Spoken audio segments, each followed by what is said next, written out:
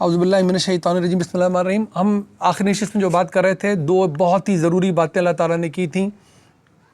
ایک یہ کی تھی کہ جو یہودیوں کا ذکر ہو چکا تھا، اس کے بعد نصارہ کا ذکر شروع کر لیا تھا کہ جو انہوں نے عقائد بنائے ہیں یہ عیسیٰ ابن مریم کا دیا ہوا عقیدہ نہیں تھا۔ یہ ایمانیات وہ سکھا کر نہیں گیا تھا کہ مجھے الوہیت کے درجے پہ پہنچا دو اور میری ماں کو الوہیت کے درجے پہ پہنچا دو۔ یہ جو نعوذ باللہ عیسیٰ علیہ السلام کو اللہ کا جسدی ظہور قرار دیا، یہ بہت بعد کے ان کے اسکول آف تھاٹ کے صوفیہ تھے، جن کو سینٹ کہتے ہیں، خاص طور پر سینٹ پال، یہ اس کا دیا ہوا دین ہے۔ بعد میں جب یہ ہضم نہیں کروا سکے لوگوں سے تو انہوں نے تثلیث کا عقیدہ تخلیق کیا کہ ہاں اللہ بھی ہے اور عیسیٰ اس کا نعوذ باللہ اس کا بیٹا، اور مقدس روح وہ بھی دراصل اللہ ہی جبریل امین، اور وہ اب بھی لوگوں کے ساتھ آ سکتی ہے اگر وہ دنیا سے کنارہ کشی اختیار کریں، وہ رہبانیت اختیار کریں، وہ دنیا کی لذتوں کو چھوڑیں، تو پھر وہ ابھی بھی اللہ سے براہ راست ان کا تعلق ہو سکتا ہے۔ جو جتنا دنیا سے کنارہ کش ہوگا وہ اتنا ہی اللہ سے قریب ہوتا چلا جائے گا، جو کہ یقیناً نبیوں کا دیا ہوا دین نہیں ہے۔ یہ سب سمجھدار لوگ بیٹھے، آج تک بھی یہ دیکھا جا سکتا ہے کہاں کہاں یہ دعوے کیے جاتے ہیں کہ اللہ والا بننے کے لیے دنیا چھوڑیں گے تو اللہ سے براہ راست رابطہ آج بھی ہو جائے گا۔ ہر شخص جس رات چاہے نبوت کے درجے پہ چلا جائے اور صبح اٹھ کے بغیر اعلان کیے تاثر دے دے کہ مجھے بھی اللہ سے تک رسائی حاصل ہے، نعوذ باللہ۔ تو ان دونوں عقیدوں کا انکار کر دیا گیا، اور یہ بھی بتا دیا کہ غلو نہیں کرنا۔ غلو کیا ہے؟ جو جس کا درجہ اس سے بڑھا کر اس کو بنا دینا، نبی کو خدا نخواستہ اللہ قرار دے دینا، عام لوگوں کو نبوت کے درجے پہ پہنچا دینا، کسی کو بھی اس کے درجے سے اونچا کر دینا، اس کو غلو کہتے ہیں۔ شدت سے منع کر دیا گیا۔ اور آخری بات ہم نے کی، اللہ تعالیٰ نے بتایا کہ تم پاؤ گے مشرکین کو اور یہودیوں کو اپنا بہت ہی بڑا دشمن ہمیشہ۔ اگر کوئی تم سے قربت رکھے گا، تھوڑی سی مودہ یعنی محبت رکھے گا، تو پھر بھی یہ نصارہ رکھیں گے، کیونکہ یہ بظاہر اللہ سے ڈرنے والے ہیں، یہ کچھ نہ کچھ خشیت اللہ کی رکھتے ہیں، تو ان کو تو تم پالو گے۔ ان میں ایسے بھی ہیں جب حق ان کے سامنے آتا ہے تو ان کی آنکھوں سے آنسو بہہ نکلتے ہیں، اور یہ کہتے ہیں فاکتبنا مع الشاہدین، اے اللہ ہمیں گواہی دینے والوں میں لکھ لے۔ تو پھر ایسا کیوں نہ ہوگا کہ اللہ ان کو وہی ثواب دے گا، وہی بدلہ دے گا۔ بما قالوا جنات تجری من تحتها الانہار خالدین فیہا، ایسی جنتیں جن کے نیچے نہریں بہتی ہوں گی، وذالک جزاء المحسنین، تو ایسے خوبی پہ کام کرنے والوں کی تو جزا پھر اتنی ہی اچھی ہونی بھی چاہیے۔ ساتھ ہی والذین کفروا وکذبوا بآیاتنا، وہ لوگ جنہوں نے انکار کیا اور جھٹلایا اللہ کی آیات کو، اولئک اصحاب الجحیم، وہ پھر دوزخ میں جا پڑنے والے ہوں گے، آگ میں جا پڑنے والے ہوں گے۔ یا ایھا الذین آمنوا لا تحرموا الطیبات، اے ایمان والو ہرگز یہ نہ کر بیٹھنا کہ جو چیز اللہ نے قرار دی کہ طیب ہے تم اسے حرام کر دو۔ یہ قریش نے بہت زیادہ اور یہودیوں نے بھی بہت زیادہ کیا ہوا تھا، خود بخود حلتیں اور حرمتیں خود بناتے تھے۔ یہ اللہ تعالیٰ نے حق کسی ذی روح کو نہیں دیا کہ وہ اس کی کیے ہوئے حلال کو حرام کر دے اور اس کے کیے ہوئے حرام کو حلال کر دے۔ حد درجہ محتاط رہنا چاہیے۔ اس لیے ہم قرآن پڑھتے ہیں کہ کیا یہ غلطیاں ہوئیں جو ہم نہ دہرائیں۔ ما احل اللہ لکم، جو اللہ نے تمہاری حلال کر دی ہے، ولا تعتدوا، تم کبھی حد سے مت گزرنا، ان اللہ لا يحب المعتدین، اللہ حد سے گزرنے والوں کو پسند نہیں کرتا۔ یہ حلال اور حرام اللہ کی حدود ہیں، ان کے تو قریب بھی نہیں پھٹکنا چاہیے۔ دراصل چہ جائے گا کہ حلال کو حرام اور حرام کو حلال کر لیا جائے۔ وَكُلُوا مِمَّا رَزَقَكُمُ اللَّهُ حَلَالًا طَيِّبًا، اور کھاؤ تم وہ حلال رزق جو اللہ نے تمہیں دیا، طیب اور حلال رزق۔ حلالًا طیبا دھیان میں رکھیں، حلال ضرور نہیں کہ طیب بھی ہو۔ ہمیں جو ہدایت دی گئی ہے حلال اور طیب غذا کھانے کی۔ مثال کے طور پر کسی نے ذبیحہ حاصل بھی کر لیا، اس نے اللہ کا نام بھی لیا یعنی کہ تسمیہ بھی کیا، اس نے خون بھی بہا دیا یعنی کہ تزکیہ بھی کیا، لیکن وہ گوشت سڑ جائے، ابھی طیب نہیں رہا۔ تو یہ ایک شاندار دین ہے، اس میں حلال بھی ہوگا، طیب بھی ہوگا، تو یہ ہمیں کھانے کے لیے کہا گیا۔ اتنا زبردست لفظ ہے کہ جب انشاءاللہ بعد میں جا کے پڑھیں گے اللہ نے جو کھانے کی حرمات بتائی ہیں تو اتنی کم لسٹ کیوں بتائی ہے، کیونکہ انسان کی فطرت جانتی ہے طیب کیا ہوتا ہے۔ وہ تو جہاں اس کو کنفیوژن ہو سکتی تھی کہ یہ طیب ہے کہ نہیں، وہاں اللہ نے بتا دیا کہ نہیں یہ طیب نہیں ہے، ورنہ تو پوری لسٹ گن جائیں آپ آرام سے آپ پتہ کر لیتے ہیں کہ یہ کھانے کی یہ طیبات نہیں، خبائث ہی خبائث ہیں۔ واتقوا اللہ الذی انتم بہ مؤمنون، اور تم اللہ کا مکمل تقوی رکھو۔ کیوں؟ وہ کون سی ذات ہے اس کا تقوی رکھو؟ تم اس پر ایمان رکھتے ہو۔ ایمان والوں کو ہی مخاطب کیا جا رہا ہے کہ اگر تم تو ایمان رکھتے ہو تو ظاہر ہے پھر یہی تمہارا رویہ ہونا چاہیے، اللہ کی بنائی ہوئی حدودیں کراس نہیں کرنی۔ اس نے جو حلال کیا ہے وہ حلال، اس نے جو حرام کیا ہے وہ حرام، اور اس نے بالکل دو ٹوک کھانے پینے کی حرمات بھی بتا دی ہیں اور کردار اور اخلاق کی حرمات بھی اس نے بتا دی ہیں۔ آگے جو کوئی بھی اپنی طرف سے کوئی حرام اور حلال بتائے گا اس کو بتانا پڑے گا کہ کس بنیاد پر اس نے قرار دیا ہے۔ یہ اتنا ہی چمکتا ہوا، اتنا ہی شاندار، اتنا ہی کیٹاگوریکل دین ہے. یہ اللہ کی حدود کا معاملہ ہے، اس نے اتنی ہی کیٹاگوریکل اور پریسیجن سے میں بتانی تھی. یہ دین بینات ہیں، یہ مبہم نہیں ہے دین، یہ ہوگا یا نہیں ہوگا والا دین نہیں ہے، اتنا ہی شاندار دین ہے یہ. لا یؤاخذکم اللہ باللغو فی ایمانکم، ذہن میں رکھیں یہ آیا سورہ مبارکہ شروع کہاں سے ہوئی ہے؟ اوفو بالعقود، اے ایمان والو اپنے عہد و پیمان کو پورا کرو، ان کی پاسداری کرو. اب یہ صورت اپنے اختتام پہ جا رہی ہے.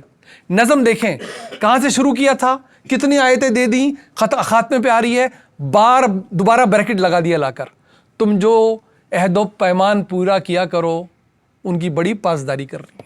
اتنی ساری باتیں مجھے بتا دی نا، لیکن کہاں سے صورت برپا کہاں سے کی تھی؟ اوفو بالعقود، اپنے عہدوں کی، اپنے باندھی ہوئی گرہوں کی، اپنے کانٹریکٹس کی، اللہ سے کیا ہو تو لوگوں سے کیا ہو تو بڑی پاسداری کیا کرو. وہیں پر آگئی بات، لا یؤاخذکم اللہ باللغو فی ایمانکم، جو تم ایسے ہی بغیر کسی مقصد کے محاورے کے طور کی قسمیں کھانے لگتے ہو. بہت ساروں کی بول چال میں قسم آ جاتی ہے، ہر بات پہ قسمیں کھانے لگتے ہیں، ان پہ تو اللہ تمہاری پکڑ نہیں کرے گا. ولیکن یؤاخذکم بما عقدتم الایمان، لیکن جو تم پکی قسمیں کھاؤ گے، جن کو ہم جانتے ہیں ہم کسے کہتے ہیں، جب ہم دوسروں سے وعدہ کر رہے ہوتے ہیں، کانٹریکٹس کر رہے ہوتے ہیں، ان پہ ضرور اللہ تمہاری پکڑ کرنے والا ہے. اگر ایسا کر لوگے اور پورا نہیں کر سکو گے تو یہ کوئی چھوٹی موٹی بات نہیں ہے. پھر کیا کفارہ دینا ہے؟ فَكَفَّارَتُهُ اطعام 10 مساکین، 10 لوگوں کو تمہیں کھانا کھلانا ہوگا اگر ایسی قسم توڑو گے کفارے کے طور پہ. من اوسط ما تطعمون اہلیکم، ویسے ہی کھانا جیسے تم اپنے گھر والوں کو کھلاتے ہو. او کسوتہم، یا پھر ان کو کپڑے پہنانا ہوں گے. کون سے کپڑے؟ ویسے ہی جیسے اپنے گھر والوں کے لیے لیتے ہو. او تحریر رقبہ، یا پھر ایک گردن آزاد کرنی ہوگی. ظاہر اس وقت غلام موجود تھے، گردن آزاد کرنی بھی بڑی امپورٹنٹ بات ہے.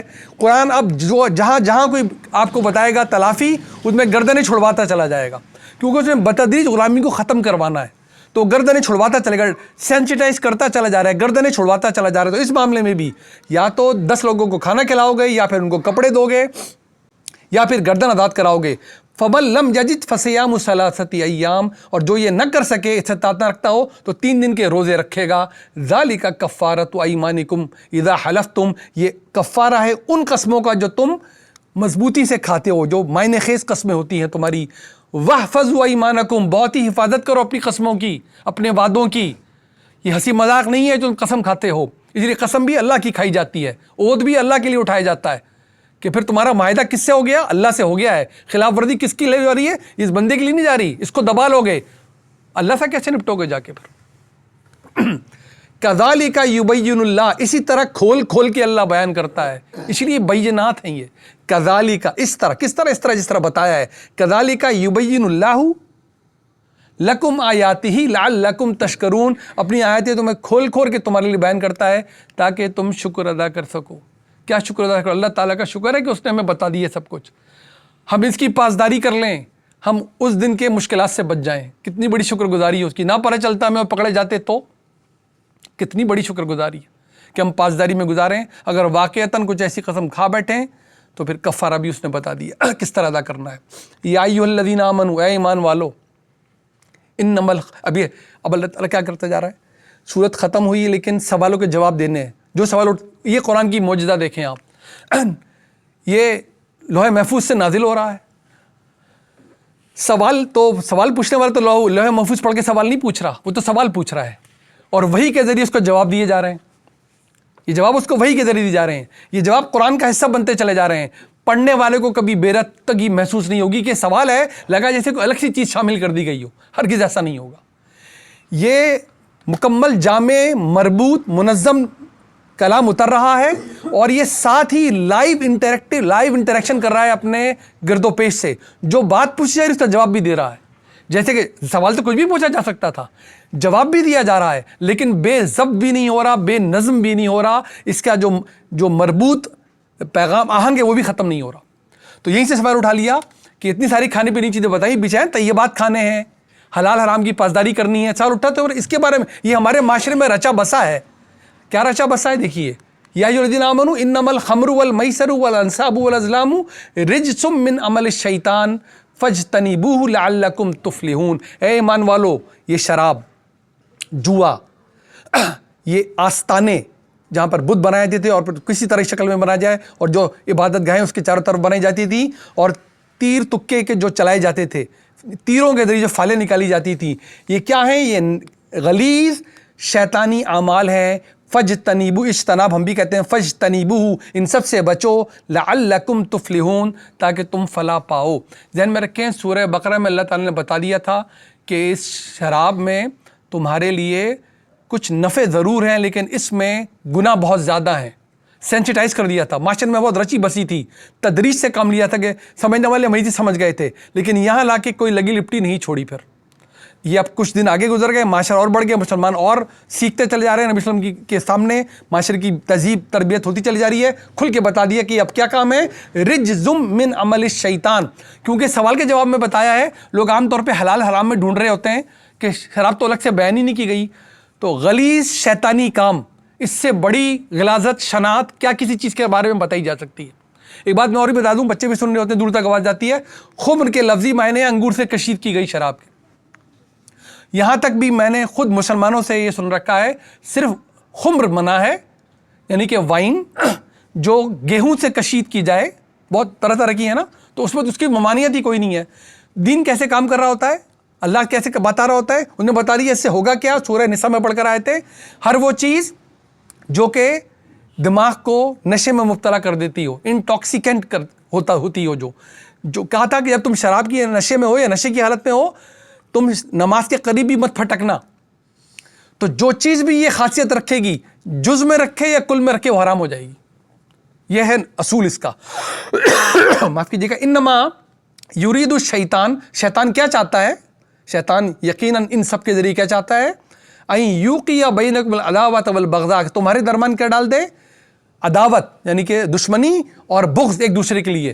جو بھی کسی سرکل میں نظر رکھتے ہوں، جانتے ہیں ان چیزوں سے یہی برائیاں جنم لیتی ہیں، ان چیزوں سے ایک دوسرے کی عزت خراب ہوتی ہے، ایک دوسرے کی حرمت خراب ہوتی ہے، جائیدادیں خراب ہوتی ہیں، مال جان پر حملہ آور ہو جاتے ہیں۔ وہاں بھی تلواریں سونت لی جاتی تھیں، نشے میں ہوتے رہے، جھگڑے ہوتے تھے، ایک بات ہو گئی اور پھر تو کون اور میں کون، سارے قبائل بیچ میں چھلانگ مار دیتے۔ تو کیا کرتا ہے ان کے لیے، ان کے ذریعے عداوت اور بغض فی الخمری، اس شراب کے ذریعے، والمیسر، جوئے کے ذریعے، ویصدکم عن ذکر اللہ وعن الصلاۃ، اور اللہ کے ذکر کو سے تم کو روک دیتا ہے اور صلاۃ سے تمہیں روک دیتا ہے۔ وہ نماز ہی نہیں ہے جس کا پتہ ہی نہیں کہ آپ پڑھ کے آ رہے ہیں کیا نہیں پڑھ رہے، پوری نماز سے گئے پڑھ لیں تو پتہ نہیں چل رہا کیا بولا جا رہا ہے۔ یہی پہلے بھی بتا دیا تھا، تو یہ کرتے ہیں یہ کام تمہارے ساتھ۔ فہل انتم منتہون، تو کیا تم اب رکنے والے بنتے ہو؟ اس طرح آیت ختم کی۔ یہ اللہ تعالیٰ کا کلام جاری ہے، کہہ رہا ہے اتنا میں نے بتا دیا، رجزم من عمل الشیطان، یہ تمہارے اندر ساتھ یہ کرتا ہے، معاشرے کی جڑیں کھوکھلی کر کے رکھ دیتا ہے۔ وہ رشتے جو ایک دوسرے کے لیے انتہائی پاکیزہ ہیں، جن کے بارے میں ہم سوچ بھی نہیں سکتے، جن کی خلاف ورزیوں کا، کبھی آپ کرائم ڈیٹا نکال کے دیکھیں، ان رشتوں کی سب سے بڑی خلاف ورزی ہو جانے، گھروں کے اندر ان رشتوں کی سب سے بڑی خلاف ورزی ہو جانے کی وجہ شراب ہے۔ میں کبھی سوچ سمجھ کے الفاظ استعمال کروں، سمجھدار لوگ بیٹھے ہوئے، والدین اور بچے، یہ ڈیٹا پبلش ڈیٹا ہے دنیا کا۔ تو فہل انتم منتہون، تم رکنے والے بنتے ہو، واطیعوا اللہ واطیعوا الرسول واحذروا، اور اطاعت کرو اللہ اور اس کے رسول کی، اور خبردار رہو، ڈرو اس بات سے کہ خلاف ورزی نہ ہو جائے۔ فَإِن تَوَلَّيْتُمْ فَاعْلَمُوا، اور اگر تم پھر بھی پلٹتے ہو سب کچھ جاننے کے بعد، تو جان رکھو انما علی رسولنا البلاغ المبین، ہمارے رسول کی ذمہ داری تو صرف کھول کر پہنچا دینا، ذمہ داری پھر اپنے اعمال کی تم خود اٹھاؤ۔ لیس علی الذین آمنوا وعملوا الصالحات جناح، نہیں ہے ان لوگوں پر جو ایمان لائے، جنہوں نے صالح اعمال کیے، کوئی حرج فیما طعموا اذا متوا، جو کچھ وہ پہلے کھا چکے، جو کچھ ہو چکا پہلے وہ ہو چکا، اب ایمان لے آئے ہیں، اب عمل صالح کر رہے ہیں، تو جو ہو چکا اس پہ حرج نہیں ہے۔ اذا متقوا وآمنوا، کیونکہ اب وہ تقوی رکھ رہے ہیں اور ایمان لے آئے ہیں، وعملوا الصالحات، اور نیک اعمال کرتے ہیں، ثم اتقوا وآمنوا، وہ تقوی رکھتے ہیں اور ایمان ہے ان کے پاس، ثم اتقوا واحسنوا، تقوی اختیار کریں اور نیکی کریں، یہ ان کی روش ہے، تو پچھلا معاف ہے۔ یہ پورے قرآن میں بار بار آتا جائے گا، وہ نکاح کے معاملات ہوں، وہ دوسرے معاملات ہوں، وہ یہ معاملات ہوں، نے پڑھ بھی لیے کچھ سورہ نساء میں کہ اپنے باپ کی منکوحوں سے شادی نہیں ہو سکتی، دو بہنوں کو نکاح میں جمع نہیں کیا سکتا، ہاں جو ہو چکا سا ہو چکا، یہ ہمارے دین کا مزاج ہے، جو ہو چکا سو ہو چکا. سب ایمان جو لانے والے تھے پہلے اسی بستی کے لوگ تھے، سب وہی انہی تورات پر مطلع تھے، ایمان لے آئے، معافی مانگ لی، جو ہو چکا سو ہو چکا. یہ جو بعد میں ہم فقہی طور پہ گزری ہوئی باتوں کی بہت ساری کفارے نکالتے پھرتے ہیں، یہ ہمارے فقہ کی پھر ہیں چیزیں. یہ قرآن اور دین کا اور نبی کے بتایا ہوئے دین ہے، جو ہو چکا وہ ہو چکا، معافی مانگو، سیدھے راستے پر آؤ. یہ بار بار بتاتا جائے گا قرآن، اور آگے بتائے گا کہ کیوں حد سے زیادہ فقہ نہیں ڈیولپ کرنا چاہیے، کیوں نہیں کرنا، یہ بتانے والا ہے. اور دیکھیے واللہ یحب المحسنین، وہاں کہا تھا واللہ لا یحب المعتدین، حد سے گزرنے والے کو اللہ پسند نہیں کرتا. واللہ یحب المحسنین، اللہ محبت کرتا ہے خوبی سے عمل کرنے والوں کو سے، محسنین سے اللہ بہت محبت کرتا ہے. یا ایھا الذین آمنوا لیبلونکم اللہ بشیء من الصید تنالہ ایدیکم ورماحکم. اللہ ایمان والو، اللہ تمہیں ضرور آزمائے گا، بلا ہم بھی کہتے ہیں لیبلونکم، تمہیں ضرور آزمائے گا اللہ. کس سے؟ اس شکار سے جو تمہارے بالکل قریب ہوا کرے گا، تمہارے ہاتھوں کے سامنے بالکل، اور تمہارے نیزوں کی زد میں ہوگا. منع کیا تھا نا کہ جی جب احرام باندھ لوگے، اور شکار کے تو شوقین بہت، قریش بھی اور سارے عرب اب بھی، ملتا نہیں آسانی سے، اور اگر سامنے ہی مل جائے تو یاد کریں یہود کی ایک رودات سنی تھی سبت کی ہم نے، کہ وہ مچھلیاں تم نے اس دن شکار نہیں کرنی، اور وہ ایسے منہ اٹھا کے کھڑی ہوئی جیسے ہاتھ سے پکڑ لو. کیا آزمائش تھی، دیکھنے والا کوئی نہیں ہے. اب ہیلا سازی کرتے ہو یا اللہ کی حدود کو پہچانتے ہو؟ تو اسی سے مشابہ دیکھیں بات آ رہی ہے کہ ایسا ضرور ہوگا، اللہ آزمائے گا تمہیں. دیکھو کہ جانور سامنے موجود ہے، تمہارے ہاتھوں اور تمہارے نیزوں کی زد میں ہے. کیوں کر رہا ہے اللہ؟ لیعلم اللہ من یخافہ بالغیب. کون ہے جو بغیر دیکھے اللہ سے ڈرتا ہے؟ کون ہے جو یقین رکھتا ہے کہ دیکھ تو کوئی کیمرہ تو کوئی نہیں، لیکن میرا اللہ مجھے دیکھ رہا ہے؟ یہ کس کس بات پر اس کا اطلاق ہو سکتا ہے؟ سب بیٹھے معاشرہ سمجھدار، کس کس بات پر اس بات کا اطلاق ہونا چاہیے کہ میں کچھ کرنے لگا ہوں، مجھے اللہ کی حدود کا علم بھی ہے، مجھے معلوم ہے مجھے کوئی دیکھ نہیں رہا، لیکن دیکھ رہا ہے تو کون دیکھ رہا ہے؟ میرا اللہ. اسی لیے رمضان آنے والے ہیں، اسی لیے روزہ تقوی کی ٹریننگ اسی لیے کہلاتا ہے کہ آپ باتھ روم میں جا کے بھی پانی نہیں پی رہے، کسی کو پتہ نہ چلے، میرے اللہ کو تو پتہ چل جائے گا کہ میں نے روزہ نہیں رکھا ہوا. فمن اعتدى بعد ذلك فله عذاب علیم. اور جو اس کے باوجود بھی حد سے گزرے، اس کے بعد بھی فلاح، تو کیا ہے اس کے لیے؟ عذاب، بہت ہی شدید عذاب ہے اس کے لیے. یا ایھا الذین آمنوا، اے ایمان والو، لا تقتلوا الصید وانتم حرم، ہرگز تم شکار نہیں کرو گے جب تم نے احرام باندھا ہوا ہو. ومن قتلہ منکم متعمدا، تم میں تو جان بوجھ کے اب اگر یہ کر لے گا شکار، فجزاء مثل ما قتل من النعم یحکم به ذو عدل منکم، تو اس کے بدلے میں پھر اس کی جزا کیا ہوگی؟ بالکل ویسا ہی تمہیں جانور پھر تمہیں دینا پڑے گا اس کے بدلے. یہ کون فیصلہ کرے گا؟ جانور جیسے ہی ایسا تم نے مارا ہے، ذو عدل منکم حدیم بالغ الکعبۃ او کفارۃ طعام مساکین او عدل ذلک صیاما لیذوق وبال امری، کہ تم میں سے دو لوگ ایسے ہوں گے جو فیصلہ کریں گے ہاں یہ تم نے جانور مار دیا ہے. تمہارے جانور میں سے ہر جانور لے کر ہی نکلتے تھے احرام میں، قربانی کے جانور ساتھ لے کے جاتے تھے کہ اس جانور کو اس کے بدلے میں تمہیں دینا پڑے گا آپ کو. یا پھر کیا کرو گے کہ اس کو اگر جانور نہیں دو گے تو پھر اس کے بدلے تمہیں اتنی رقم دے کر مساکین کو کھانا کھلانا پڑے گا. اگر ایسا بھی نہیں کرو گے تو وہ فیصلہ کریں گے کہ تم نے اس کے بدلے روزے رکھنے پڑیں گے. پھر یہ کوئی چھوٹی موٹی بات ہی تو اللہ تمہیں منع کر دیا تھا، تم نے جان بوجھ کے قتل کیا ہے. اسی جانور کے جیسے جانور ہوگا، وہ جانور یا تو قربانی کی جائے گی اس کی کعبے لے جا کر، اب یہ کہیں دور ہوگا تو یہیں پر اس کو جانور کو قربان کر کے مساکین کو کھانا کھلایا جائے گا. اور یہ بھی نہ ہو سکے تو پھر تمہیں اس کے بدلے روزے رکھنے پڑیں گے. یہ سارے فیصلے دو ایماندار مسلمان وہیں کے کریں گے جو وہاں موجود ہوں گے. عفا اللہ عما سلف، اللہ نے معاف کیا جو گزر چکا، اس سے پہلے جو ہوتا رہا وہ ہو چکا. اب یہ تم نے سن لیا، آج کے بعد یہ نہیں ہونا چاہیے. جو ہو چکا وہ عفا اللہ عما سلف، جو پرانا ہو چکا وہ ہو چکا. ومن عاد فینتقم اللہ منہ، اور پھر بھی کوئی کرے گا تو پھر انتقام کون لے گا؟ اللہ. واللہ عزیز ذو انتقام، تو اللہ سے معاملہ ہو رہا ہے، انتقام پھر اللہ کے ذمے ہے. اور کیسے انتقام لینا والا ہے وہ؟ عزیز ذو انتقام، کوئی کھوٹ نہ سمجھے اس کی کسی صفت کے اندر. آخری آیت آ گئی آج کے سیشن کی. احل لکم صید البحر، البتہ سمندر میں سے اگر تم سفر کرتے ہوئے جا رہے ہو، احرام باندھا ہوا ہے بے شک، تو سمندر کا شکار کر سکتے ہو. وجہ ایک تو سمندر کے شکار میں درندگی کا ہاتھ نہیں ہوتا. ہم جانتے ہیں ہم مچھلی بھی بغیر ذبح کیے استعمال کرتے ہیں. اللہ نے نظام بھی ایسا بنایا ہے اس کا خون اس کے جسم میں گردش ویسے نہیں کر رہا ہوتا جیسے جانوروں کا خون ان کے جسم میں گردش کر رہا ہوتا ہے. جو چھوٹا موٹا خون گردش بھی کر رہا ہوتا ہے وہ پانی سے نکلتے ہی اس کے گل پھڑوں میں پہنچ چکا ہوتا ہے, کیونکہ اس کو آکسیجن چاہیے ہوتی ہے. تو پورا خون, کیونکہ آکسیجن پانی سے اس آکسیجن ملنی ہوتی ہے, وہ مل نہیں رہی ہوتی, تو پانی سے باہر نکلتی سارا کا سارا خون گش کر کے اس کے گل پھڑوں میں چلا جاتا ہے. جو آپ گلس چیک کرتے ہیں کہ تازی مچھلی ہے کہ نہیں, جتنی لال ہے اتنی ہی وہ ابھی تازی ہے. اس طرح ہم بھی چیک کرتے ہیں نا, تو اس کو آپ ذبح کریں نہ کریں اس جسم میں خون گردش پہ بھی نہیں ہے. ایک بات, نہ اس کا شکار درندگی سے کیا جا سکتا ہے. دوسری بات, تیسری بات, زمین میں تو آپ کو گوشت نہ ملا, کچھ اور ملے گا, کچھ اور ملے گا, سبزی ملے گی. سمندر کے راستے میں اگر آپ کو کچھ نہ ملا تو کہاں سے زیادہ راہ پائیں گے؟ تو دین نے یہ نرمی رکھی ہے, دیکھیں سمندر کے راستے کا شکار آپ کر سکتے ہیں. وَطَعَامُهُ مَتَاعًا لَكُمْ وَلِلسَّيَّارَةِ, تم اس سے اس وقت بھی کھا سکتے ہو اور اپنے مسافر کی رکھ بھی سکتے ہو ایسے شکار کو جو سمندر کا ہے.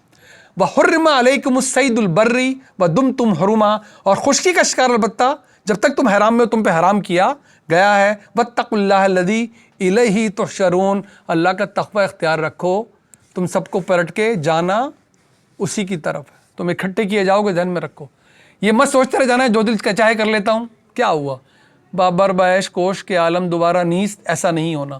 ہر نبی ایک اعلان کرنے آتا ہے, میں پوری عرض کرتا ہوں, ہر نبی کا ایک ہی اعلان ہے. باقی قرآن تو سوالوں کے جواب دیتے ہوئے موٹا ہو گیا ہے, اور وہ اعلان کیا ہے کہ خبردار رہنا تم کبھی مرو گے نہیں ہمیشہ کے لیے, اور یہی تسلی ہر جانے والے کے لیے. خبردار رہنا تم ہمیشہ کے لیے نہیں مرو گے, یہ جو موت ہے اس میں دوبارہ زندگی مل کے اٹھا لیے جاؤ گے اور پھر ہمیشہ رہو گے. یہ پیغام دینے آتا ہے نا نبی کہ تم جو سمجھ رہے ہو کہ موت آ گئی, نہیں نہیں نہیں نہیں, تم مر نہیں سکتے, یہ تو عارضی وقفہ ہے, تم دوبارہ اٹھا لیے جاؤ گے اور پھر ہمیشہ رہو گے. لہذا بڑی ذمہ داری کی زندگی گزارو یہ, تاکہ وہ ہمیشہ کی زندگی بہت شاندار مل جائے. یہ اعلان کرنا ہوتا ہے نبی نے. سوال اٹھا لیے آتے ہیں, یہ کیا بات کر رہے ہیں آپ, ہمارے باپ دادا تو پلٹ کے کبھی آئے نہیں, ہم نے تو کسی جاتے کو واپس آتا دیکھا نہیں. لیکن وہ کہتا یہی ہے, کہتا اچھا تو دلائل سن لو. پھر وہ دلائل اللہ نے کتابوں میں جمع کروا دیے انبیاء کے ذریعے. قرآن نے بھی دلائل جمع کر دیے سارے, کہ کس بنیاد پر یہ بات کی جا رہی ہے کہ تمہاری موت, جو جسے تم موت کہتے ہیں, وہ عارضی ہے, اور تمہیں موت کبھی نہیں آنے والی, اور نہ وہ آتی ہے کسی کو موت. اس جسد خاکی کو تھوڑی دیر کے لیے سپرد خاک کس طرح بھی کر دیا جاتا ہے سیٹل, لیکن وہ ہمیشہ کے لیے منتقل ہو چکا ہوتا ہے. موت کا تو سوال ہی نہیں ہے. جب موت کا سوال ہی نہیں ہے تو انتظام بھی تو لمبے ہونے چاہیے. جب موت کا سوال نہیں ہے تو پھر ارینجمنٹ بھی تو لمبی چوڑی ہونی چاہیے.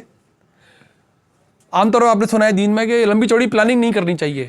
مسلمان کو تو بتایا گیا ہے بہت ہی لمبی چوڑی پلانر بنو, ابھی سے پلاننگ کرو ہمیشہ کی زندگی کی.